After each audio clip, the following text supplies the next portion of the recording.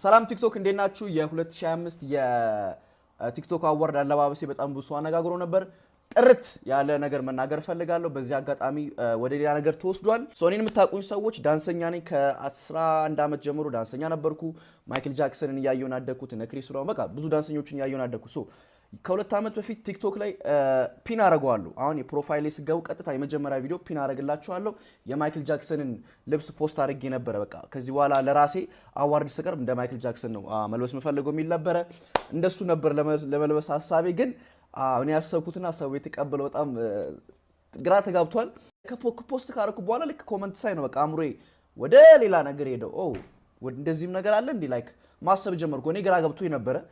ኦኬ እስቲ ምናምን ከዛ ደግሞ ቦርሳው መጣ። ደግሞ አልዋሻችሁም ቦርሳ ሀሳብ አልነበረም፣ ከዘራ ነበር ያሰብነው። ይሄ ዘመናዊ ከዘራ አለች እና ኬት አባታችን ናምጠው ምንም ልናመጣው አልቻለም። ከዛ ቦርሳው ደግሞ ክለች ባግ ይባላል። የወንድ ቦርሳ ነው አክቹሊ። ትንሽ ብልጭልጭ እያለ ነበር። ሰው ሀበሻ ልብስ ነው ያሰፋውበት።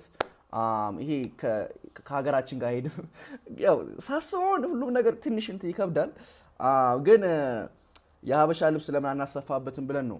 ምንም የሀገር ነገር አይመጣውም ብለን የሀበሻ ልብስ ያሰፋንበት እሱን ነው። ክለች ባግ ይባላል። ወንዶች የሚያደርጉ ቦርሳ ነው። ግን እስማማለሁ እዚህ ሀገር አይደረግም። ለአዋርድም ማድረግ አልነበረብኝም፣ ተቀብያለሁ። ግን ያው ከዘራ ባገኝ ደግሞ ሞር የበለጠ ብታዩት ደስ ይለኝ ነበር። በፋሽን መንገድ ብቻ ነው እኔ ያሰብኩት። ያ ከዛ በተረፈ ደግሞ ገብረ ሰዶም ላላችሁ ሰዎች 100% እቃወማለሁ።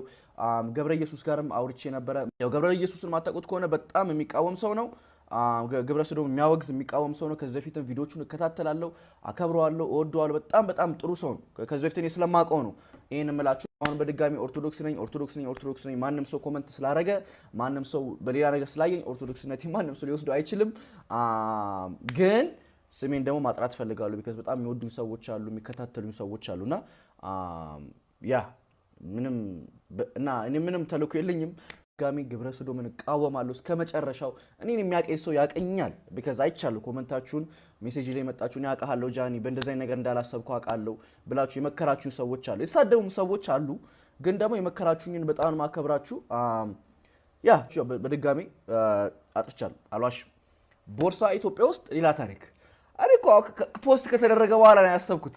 እና ለማንኛውም ያ እወዳችኋለሁ፣ አከብራችኋለሁ።